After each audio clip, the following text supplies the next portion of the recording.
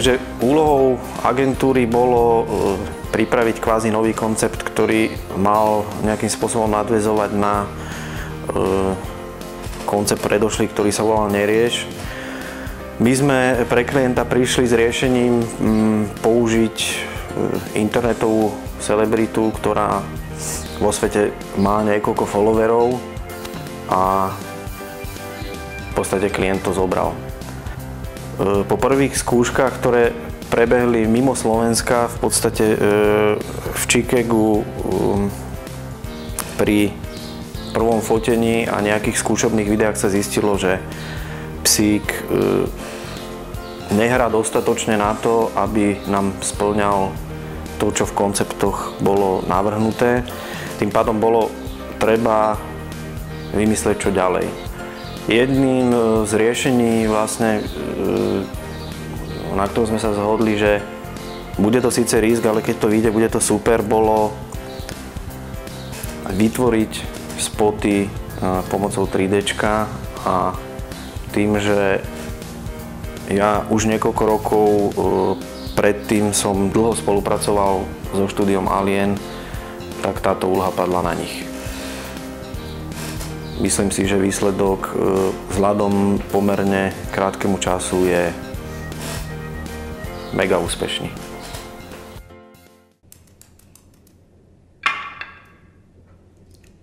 Táto kofta bola naviac. Hlavne. Dáfi Fofolu? Fofola.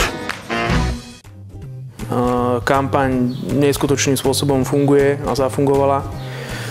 V priebehu 4 dní sme sa dostali niekde zhruba na 1,5 milióna videní bez nejakej veľkej mediálnej podpory. Myslím si, že o tom rozprávali médiá, šírilo sa to veľmi virálne v tej svojej cieľovej skupine.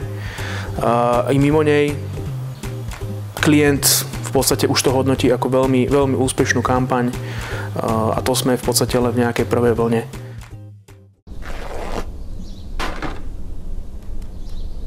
Vletela Femufa a narobila trafný bordel. Dáfi Fofolu? Fofola. V prvom rade to bola pre nás naozaj veľká výzva, keďže agentúra do nás vložila dôveru. Takže to bol pre nás zároveň veľmi veľký záväzok.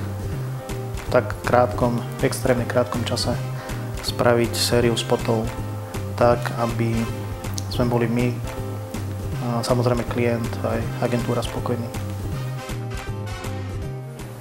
Tak na tvorbe tohto spotu sa podielalo asi 7 ľudí, z čoho 2 boli animátori.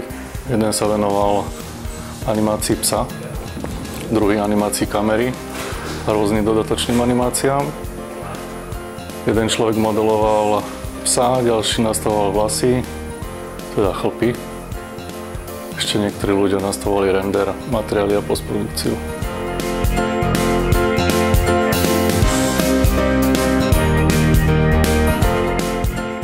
Já jsem pracoval na projektu hlavně v počáteční fázi, když se řešil model psa a hráli jsme si s vrázkama a detaily, aby bylo co nejpodobnější té reálné předloze.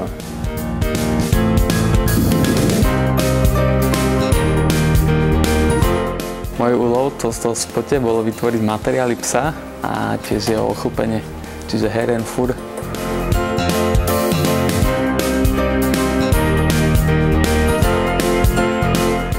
Takže chlpy sme vytvárali približne 1 týždeň.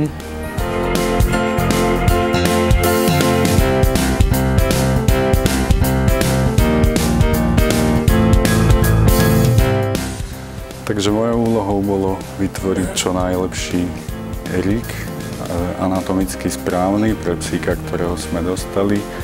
Taktiež som koordinoval modelovanie toho psa, aby súladil s kostrou, proporcie a tak ďalej.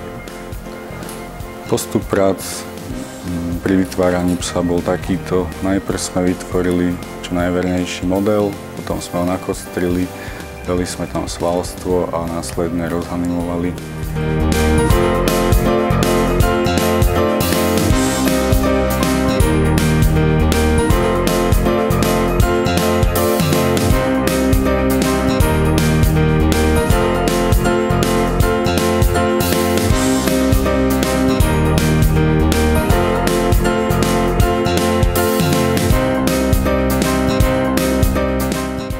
Práca na tejto reklame bola iná v tom, že sme mali stvárniť živého tvora, existujúceho tvora.